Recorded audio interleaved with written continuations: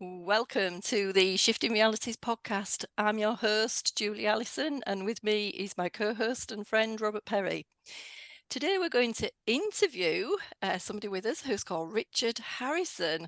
Now, Richard is a men's yoga teacher. He does some other classes as well, but what was really interesting is it's predominantly yoga for men, and he is hoping to work on some other healing modalities as well. I know with having spoken to Richard before, he's like all of us done a whole host of other modalities, and we're just at a time now where we're trying to bring all those Just one or two modalities things. together.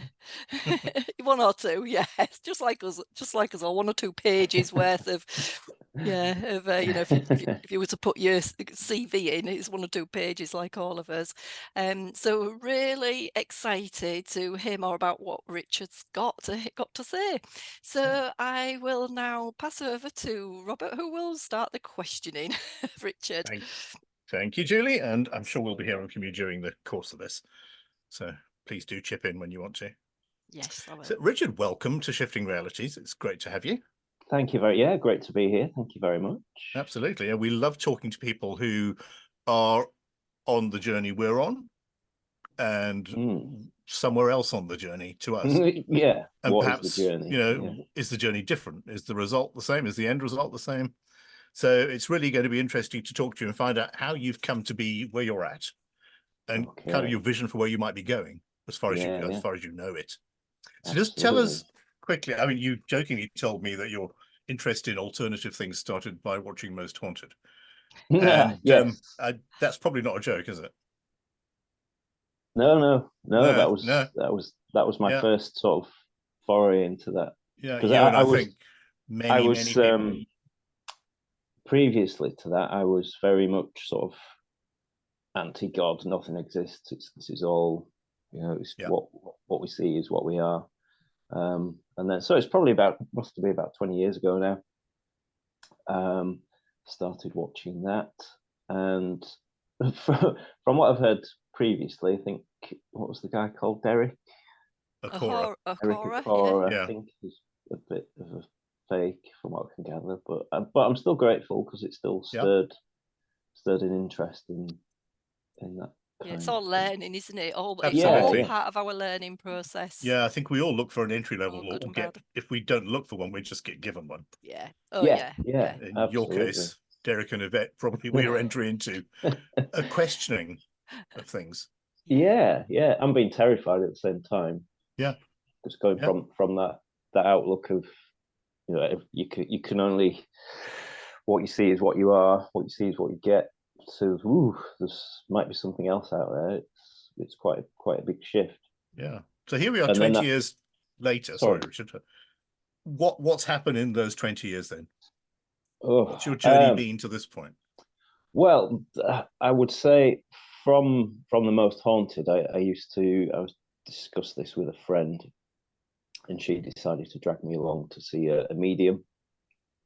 Lovely lady called Eileen, which was out in North Cave. Mm-hmm. And I know her. Yes. I think she's quite famous. I don't know if she's still. Yeah, and it's famous in our little part of East Yorkshire. Yes. Yeah. So I was taken along, and she has. Did you ever go to a house? Yes, I did. Yes. And she has that. It's like a cabin. Type thing, it's a cabin in the garden. The veranda. That's right. Yes, that's the word I'm looking for. Yeah.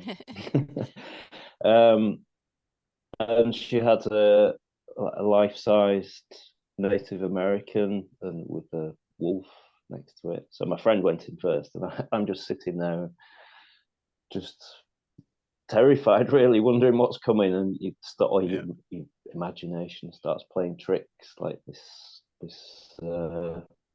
Native American staring at me. And anyway, to cut a long story short, I went in just blown away by some of the things she said. Really sort of personal stuff. A lot to do with my dad. So I lost my dad when I was 15.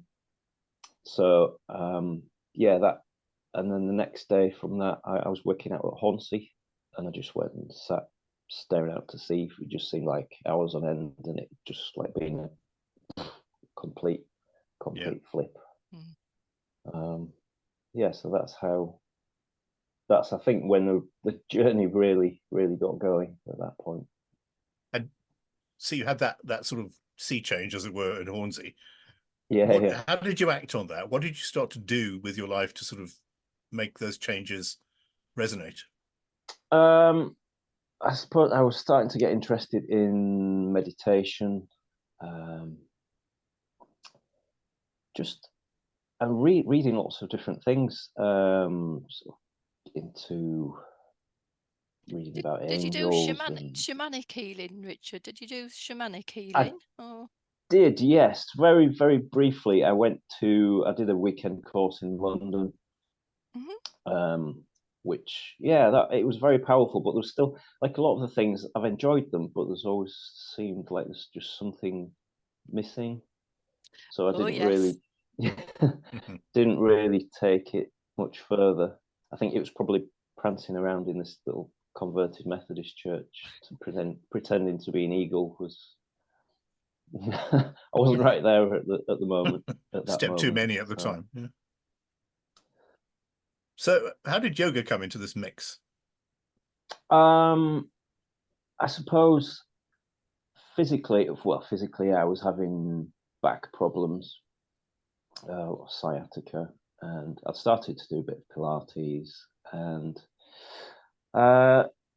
yoga just seemed to tie in with the meditation that I was doing, and I was looking at a lot of the spiritual stuff as well. So it really all sort of came together.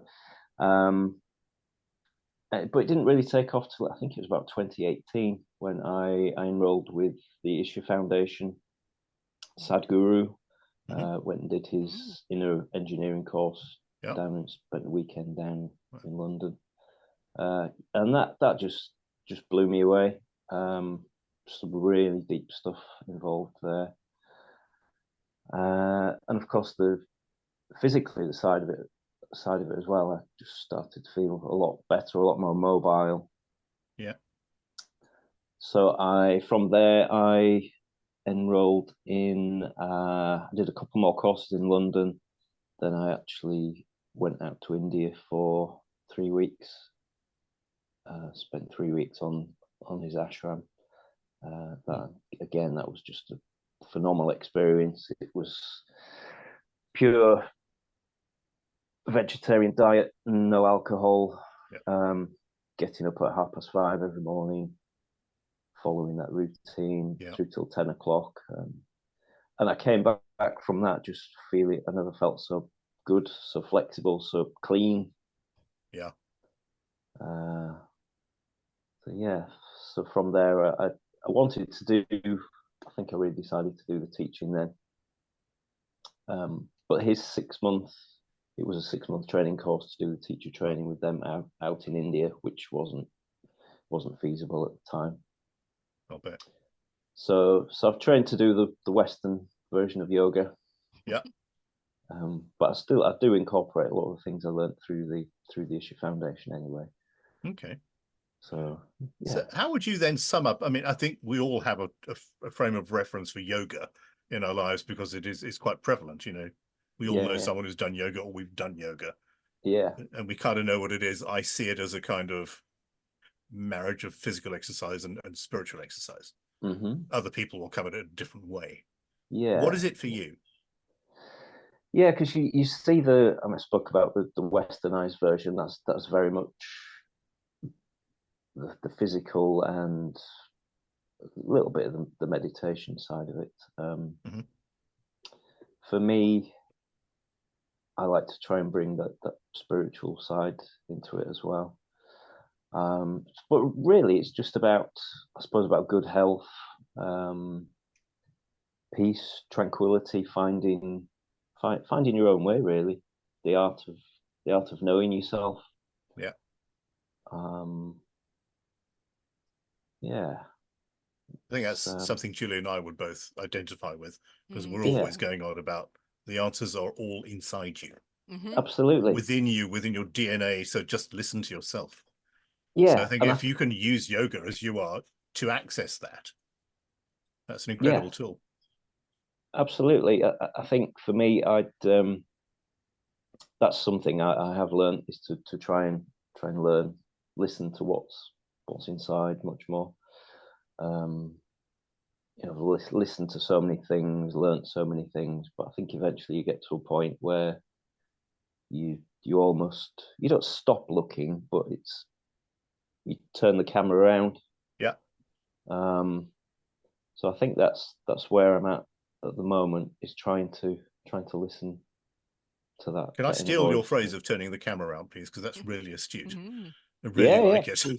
Thank you. I mean, I've probably stolen it from somewhere anyway. So that's fine. Just letting you know, I'm nicking it. Yeah. It's all out there anyway. Yeah.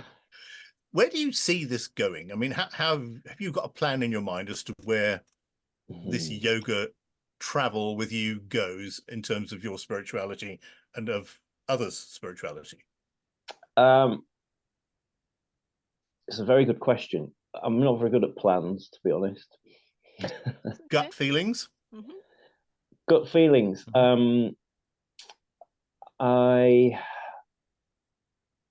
It's, well, as you know, I'm doing it's mainly yoga aimed at men at the moment, so I'm trying to get more men involved in yoga, which the way I've aimed it is obviously the physical side they really like, the mental side, the meditation, they're really sort of getting on board with that as well. I think that a lot of them not realised sort of how beneficial it could be.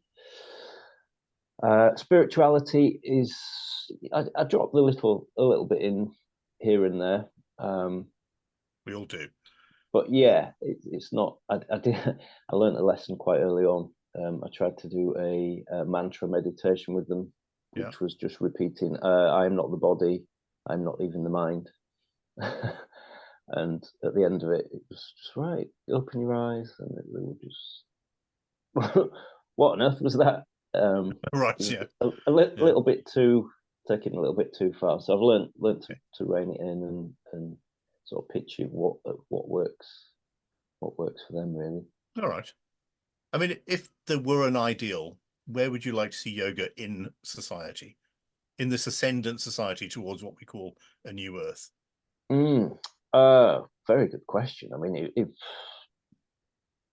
from the benefits I've had from it personally, physically, mentally, it should be something that's taught in schools. I mean, I know a lot of schools, well, not a lot, but some schools teach it from an early age now. I think there's a kindergarten around here somewhere that they've introduced yoga for the tots. So yeah, it's really, when you look at society and all the physical problems people are having, the mental problems, it would just, if you can learn that from an early age, it would just make things so much better, in my opinion. But it's getting people involved in it, isn't it? Because there's so many distractions out there. And easy fixes. I wouldn't say yoga's an easy fix. It takes a lot of work and dedication. And from when I first started, I was really inflexible. Tight hamstrings and tight hips. It's taken a lot of work to get where I am physically and mentally. So but if we could bring that in from an early age, that would be ideal from my point of view. Something you're working on, or something you're just mulling on? It's in there somewhere amongst all those other things that are things that are going on. I think little kids are now getting much more spiritual training without those words being put on it than we got at school. Certainly I got at school. I got what was called religious education, which was basically exactly what you think it was, with perhaps a passing reference to comparative religions. But there's a school down the road from me here that has gong baths every week. Really? Wow. For the kids, and they specifically for kids who are perhaps a little bit restless or troubled. Yeah. And I just think, well, would have died for that when I was that's little. amazing. Yeah, so what an amazing thing. It almost becomes like, because a lot of these things, if kids have not done it and they come across it in sort of late teens, it's sort of it's frowned upon, looked as strange. But if they're introducing things like that at an early age, then it just becomes the norm for them. And it's techniques to go to when they do have stressful times, have a bit of anxiety. Yeah, learn these techniques when they're young. It can only be a good thing. Well, I'll watch this space, shall I? Yes. Let's see what you come up with. That'd be great. Yeah. So I was thinking about starting some breathwork classes a few weeks ago. But then Julie introduced me to something new. I can't remember how it came up. Edward Mannix. Yes. Yeah, it's usually you think, intuitively this could be all right. Just try this. This could be okay. Yeah, and because it was strange. It was a friend had only introduced me to Julie a couple of weeks before that. We had a meeting, and then so I signed up for I can't remember what the program was called now. Light Workers. It was about the light workers persecution complex. Wounding that we want to be healing from. Absolutely. How did you experience that, Richard? It was very powerful. His idea is basically your soul light wants to shine its perfect existence through to the reality we have here. And he uses a projector analogy. So your soul light is a projector shining through, and on that lens is all your karma, your karmic lens. So no matter what you do in this reality, if you've got cracks on that lens, you've built up lots of karma from this life and previous lives. Whatever you try to manifest, like the law of attraction, the secret things, which we all, I'm sure we all, I'm speaking for everyone here, but I believe in. But if you manifest that, if you've got cracks on that lens, then it's going to be distorted in a way. Surely. So his work is all about clearing that lens, and it's all done through compassion. Right. Really, really simple stuff. In the simplest form, if you have awareness of something in a previous life, I'm so sorry you were burnt at the stake, or or something from this life, I'm so sorry you were bullied. So it's really about connecting with that heart energy, and and for me, it was some of the phrases that he came out with on the first one, but like I'm so sorry you were burnt at the stake, and I don't have any memory of things like that, but I just became so emotional, just tears flowing, blubbering. Wow. So there's obviously something there, and then feeling much lighter afterwards as well. So that's where I'm at. I'm currently I'm halfway through his program at the moment, so hopefully I will. I don't know how I'm going to incorporate that when I'm done with it, but it's pretty much, you talked about gut feeling, that's where I'm heading with that. So that's amazing. Watch this space. Absolutely, I will watch this space. Yeah. What Julie and I often talk about all these modalities, and we joke about it a bit, but we've all done them. Yes. But ultimately, you get to a point where they start to blend into your own modality. And that's, I think, when we get to the point where we can go out and teach effectively, as opposed to copy. Yes. So it sounds to me like you're well on the way to assimilating your own way of doing things. It's interesting because I used to work as a medical rep, and through that I ended up doing an NLP training for sales, which it's using language to manipulate people to buy something didn't really sit well with me. But I ended up I did the practitioner program and ended up using that, trying to help people with phobias, anxieties. Okay. So you were sent a skill, really. Yeah, absolutely. So that's sort of come full circle within this.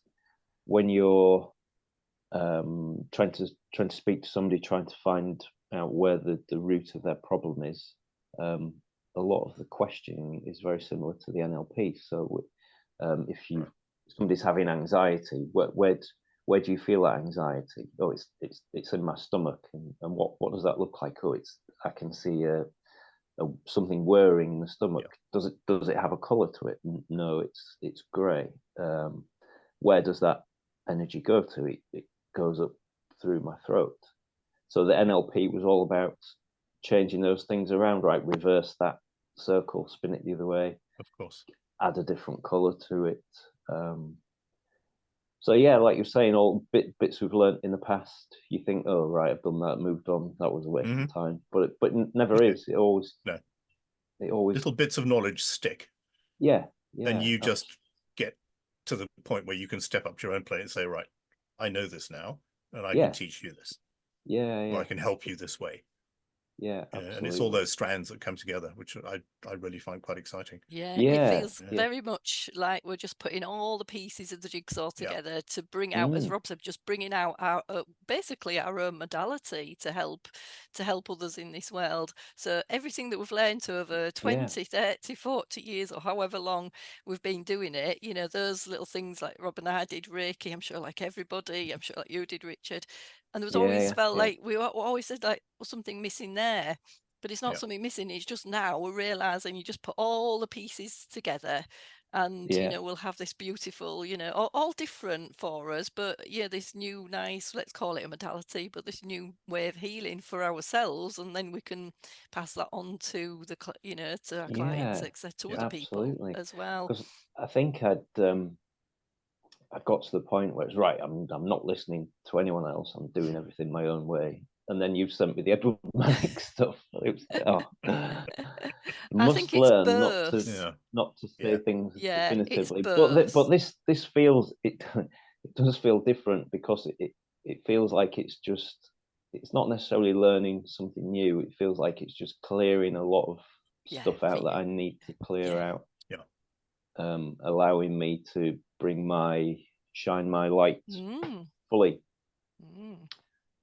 Absolutely. And I think you get to a point where you work with discernment. So when something new comes into your life, this sort of idea or opportunity to study something, you're able to go, that resonates, I'll do that. Or perhaps it doesn't. So maybe I won't do it. I'll leave that out. I don't need that. You know enough about yourself to know what will or won't work for you. Then I suppose the thing, going back to the yoga, it was all very much with Sadhguru. It's a guru. Do as the guru says. It never. I was sort of on board.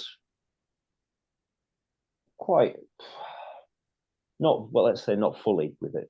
But I did go along with most of it, and then the end point for me was when, during lockdown, I saw a video of him and he was advocating for people to have a certain substance put into the body, which I didn't agree with. So that was like confirmation for me that I do need that I have got my own mind.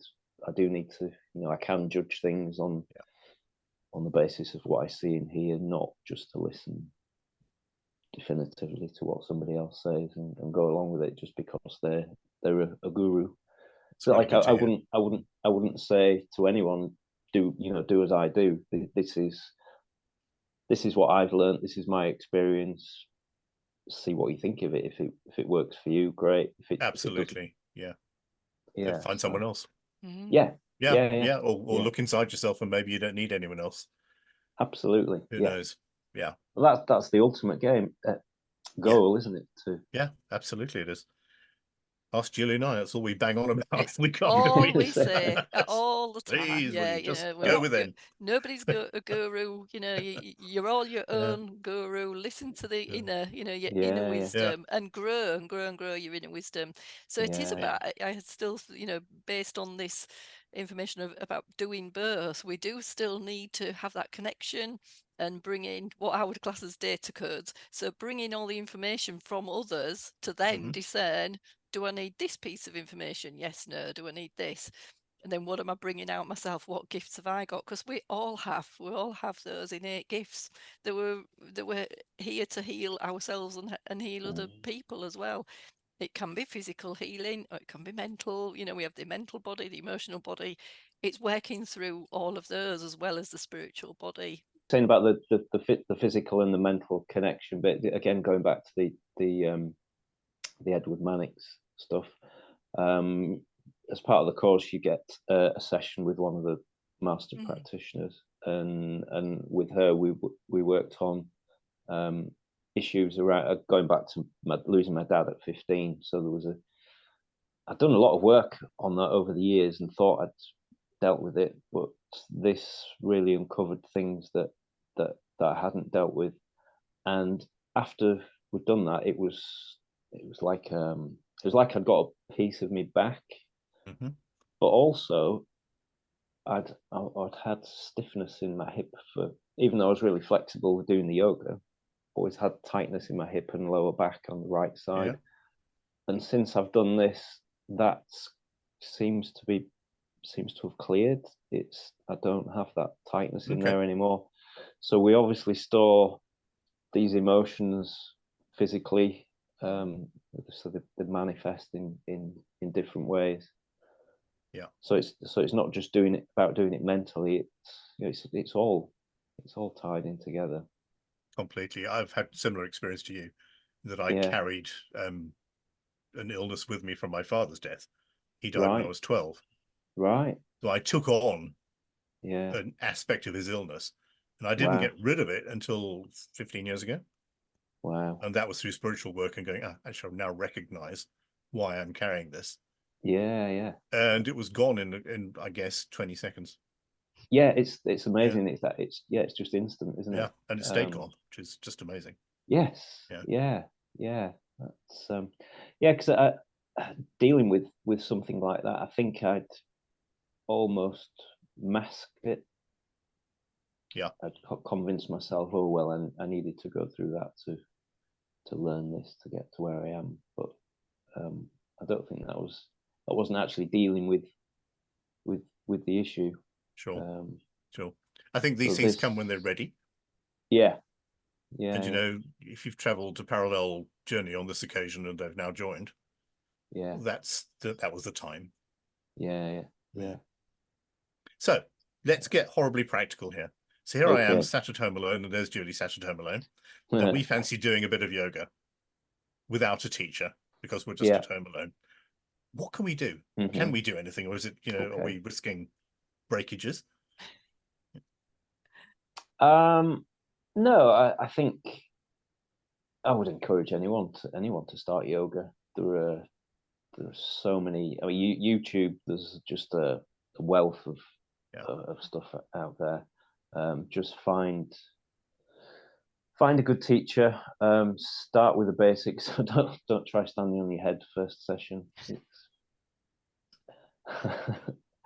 Possibly not any session in my case, but no. Well, I've tried that, Richard, and I have been to women's yoga classes. Standing on the head is not me. I think we found all of our own unique ways of doing things.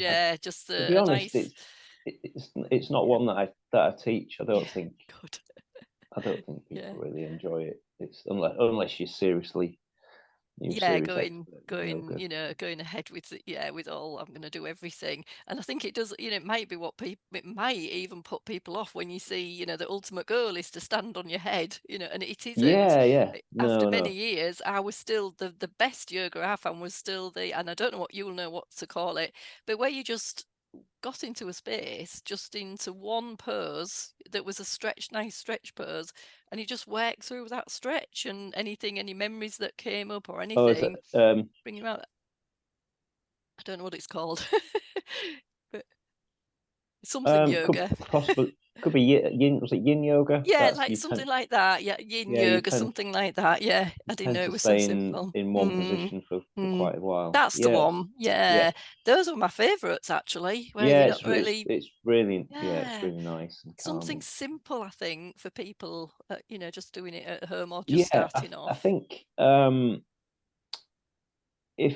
if people are interested in starting, I would maybe look at just doing a sun salutation routine. Start with, which just incorporates a forward fold, bit of down dog, cobra, just to basically some of the basic movements, positions, but it does it in a nice little flow. So that would, if you can get used to doing that, and then build on that in the future, that's a good point to start. And there are loads of videos out there. There are lots of different versions of sun salutations, people's different interpretations. But yeah, just find a good teacher, find what works for you. Am I right in thinking that in terms of most yoga teaching or training, it'll be about do as much as you can and don't push it too far? Absolutely. Yeah, that's what's right for your body at this time. That's exactly that's the phrase I use every week. I just end up repeating myself. You know, do what's right for you. Don't look at other people in the room. We're all at different stages. You know, if you can only just pick your toe off the floor, and you know, that's fine for you. That's where you need to be at. You can build on it week on week. Sure, better to do that than not do anything. Absolutely, and I think that's one of the difficulties with, especially with the men's yoga, is the not wanting to be outdone by the person next to you. The ego alpha attitude going on. Yeah, so no matter how much you say, they are a lot better now, sort of learning of. How do you get around that? But when I can completely understand, but you know, how do you beat that in a class? How do you get them to actually forget about? Sorry, Rob, can you just say that again? So when you're in a class with men, and there is this testosterone going, and I want to be better than everybody else because that's what I've been trained to be because I'm a man. How do you deal with that, and how do you get them back down onto a level where there's just equality and no judgment? Again, it's going back to that doing what's right for you, to having to repeat about, you know, what's it's difficult because you have to be quite tactful sometimes. Yeah, you don't want to say, right, you're doing it wrong. You know, you're doing far too much. It's just being very tactful. Have you tried? Why don't you try doing it this way to start with? Why don't you just bring it back to the beginning, and then we'll lift one bit off, see how you get on from that point. Is you balance okay? Does it feel good? Can you take it a little bit further? Right. So, but again, try not to pinpoint individuals too much. So I would probably do it in a come back to my mat and say, let's try doing it this way, even though some people are doing it correctly and others aren't. Yeah. If you're addressing the whole group, it's sometimes better than addressing the individuals. So again, it's always depending on the individual. Some you can just say, you know, be quite blunt and direct with them, like all the different personalities you get all over. Yeah. Well, you are teaching in Yorkshire. Yeah. Blunt is good. Yeah. Say it like it is. Yeah. But no, they are very good. They do buy into it, you know, eventually. But you can see a lot of the new ones that come in, and it's a shame that some come in and try to, because I will give different options, right, for each pose, and I always say to the new people, just, you know, start with the easiest one, and a lot of the time they'll go straight for the hardest one, really struggle with it, and then they won't come back again. Okay. So it's in if they only come the once and they try to do the hardest thing and the struggle, it's difficult getting them back. Sure. So it's it's finding that. It's all about, everything's about balance, isn't it? Yeah. It's Julie and I often talk about this, or I often talk about it, because it's a thing for me, I think, in a way, that whenever you learn some kind of new modality, whatever it is that's got a spiritual connection, I always find myself one of two blokes in the room. Yeah. And it's full of women. Yeah. And it's, I wouldn't say it's intimidating, but sometimes I think, am I not meant to be here then? Yeah. Is this not for me? Is it their turn and not my turn? Well, this was my reasoning for setting up the yoga for men. Yeah. Because I'd spoken to a few, and I'm not going to that. I'm not going to be the only man in the class. Yeah. You know. Yeah. There's the element of being shown up by flexible women who are really good at doing yoga. Coming back to the male ego thing, there's also an element of, well, if I'm the only man in the class, what are they thinking about me? Are they thinking I'm just turning up for the wrong reasons, just to have a bit of a perv? Yeah. So even though they're not going for that, they're thinking, well, that might all the ladies might be thinking that about me. Yeah. And the physical side of it as well, because yoga can be seen as quite a feminine activity. So I'm not going to get any benefit from that. Yeah. Do you think that's because it's been for so many years, I think, kind of a leisure activity? I think so, yeah. And, men supposedly were working and didn't have time to do nice things like yoga. Yeah, possibly. We're changing. Society's changing, thankfully. Yeah. But it's great to see a lot of the guys that have been with me for quite a while. Some of the benefits they've had from it. The building the strength, building the balance, mentally a lot stronger and calmer as well. Mm-hmm. And a couple of them were quite skeptical when they first started. Or I'll give it a go, but I think they're quite surprised by some of the strength and some of the balance you need for some of the poses. And I've had so many that stick at it, and they're doing a fabulous job. It's great to see the progress. One guy said to me, I couldn't even, I had to sit at the end of my bed and sort of loop my socks over my foot because I couldn't bend properly. And now he can put his socks on properly. So it's just, it sounds like a little thing, but it's a massive That's not change. a little thing at all, because that's both a psychological achievement and a physical achievement. And that will bring all sorts of optimism and positivity to this person. Absolutely, which is extraordinary. So socks is a great analogy. If you put socks on, and then they can build on that. It's you've done that in this period of time. Imagine what you can do in another 6 months or whatever. Yeah, and I've heard lots, with my clients and other people, I've heard lots of times people say, I can't even put my socks on, or I can't even bend down to put my shoes on. Many people it's affected, so it's not really a little thing, and it's great for them to, rather than this view of, I can't do anything about it.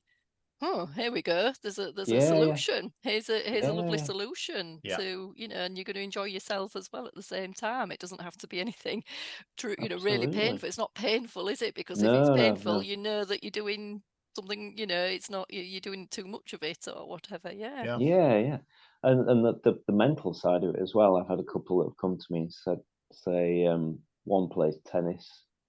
He says, it really helps with my when I'm serving. It's just I feel so much calmer and in control. I stay in that moment. And golfers as well. It's helped them with the mental side of the game, as well as the swing. Obviously, the become much more flexible. That's amazing. So the physical and mental side is great. I'll keep dropping the spiritual bits in as well. They will just come, I think, as you work, because you already have so much awareness. They just need to find their way in to your way of work, and many of them will be there without you necessarily thinking you're doing it. Yeah, absolutely.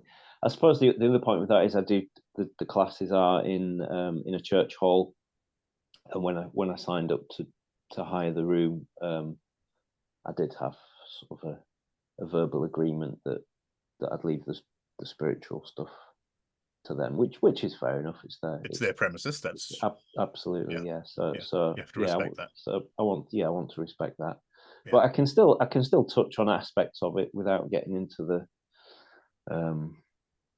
my God. You can absolutely, and a large thrust of spiritual thinking is absolutely in common with a church hall thinking. Yeah, absolutely. Without upsetting any apple carts or discrediting anyone. It's the same thing.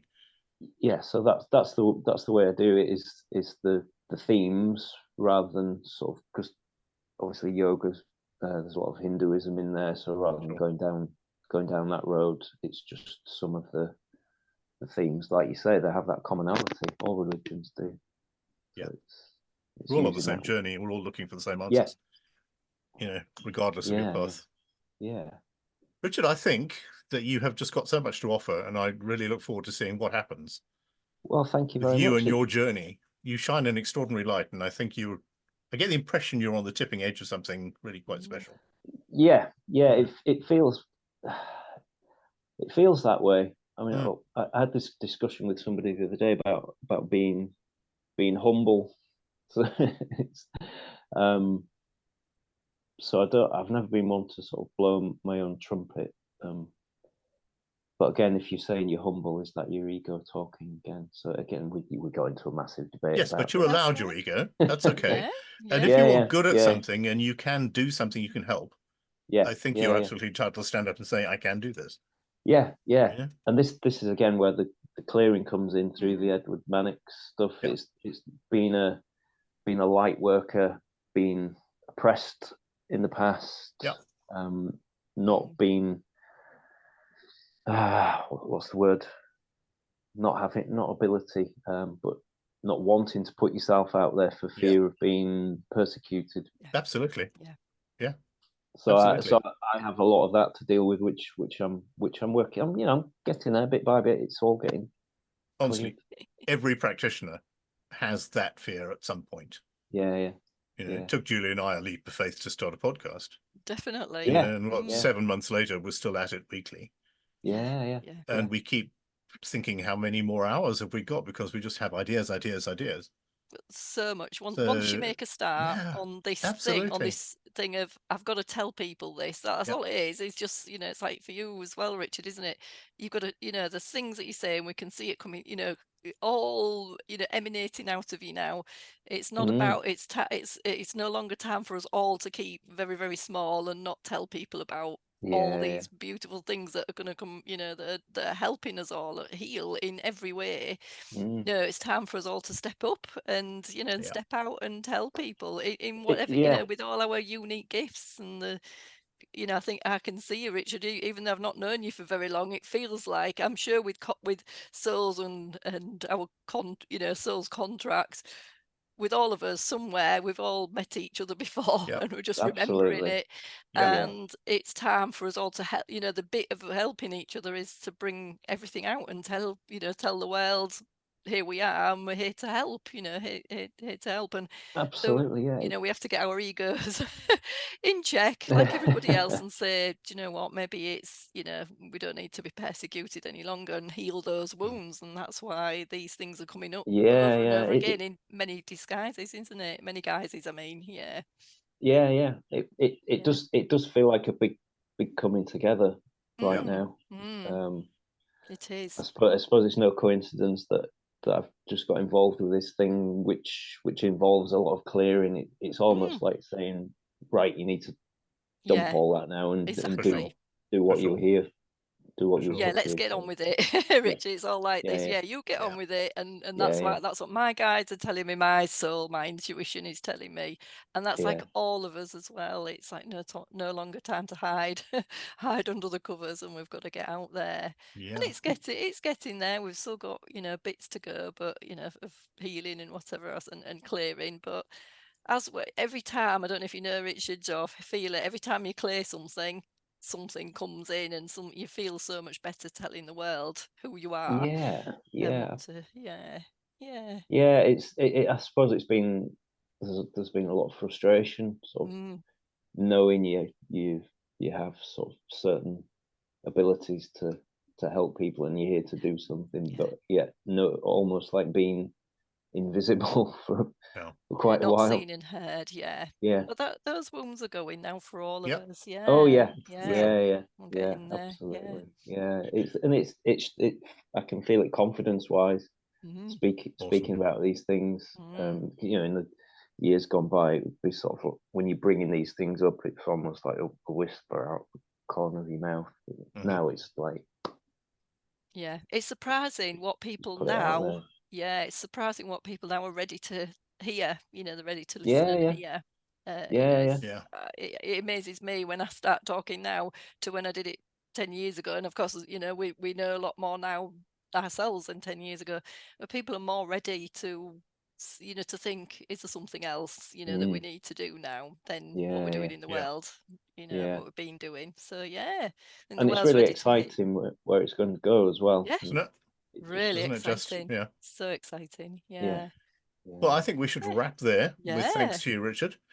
Well, thank you I really look forward to seeing where you go, and perhaps one day you'll come back on.